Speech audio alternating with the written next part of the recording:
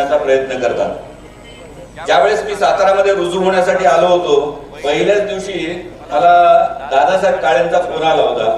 मी इथे येण्यापूर्वी sir ZP CEO होतो पुण्यामध्ये, आणि तिथले आमचे एक सरपंच येडेरे गावचे, यांना दिल्लीला आम्ही पाठवलेलं होतं निवड करून, आणि त्या ठिकाणी दादासाहेब काळे पण होते.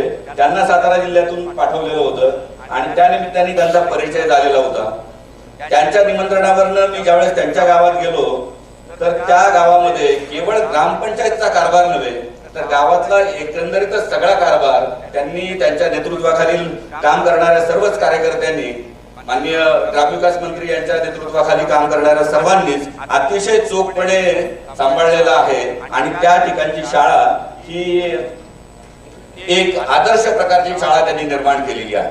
कुठल्याही शहरातल्या शाळेपेक्षाही चांगली गुणवान मुलं त्या ठिकाणी शिकतात आणि त्या ठिकाणचा शिक्षणाचा दर्जा इतर कुठल्याही शाळेपेक्षा कमी नाहीये. त्यामुळे मी या दोन्ही सरपंच महोदयांचा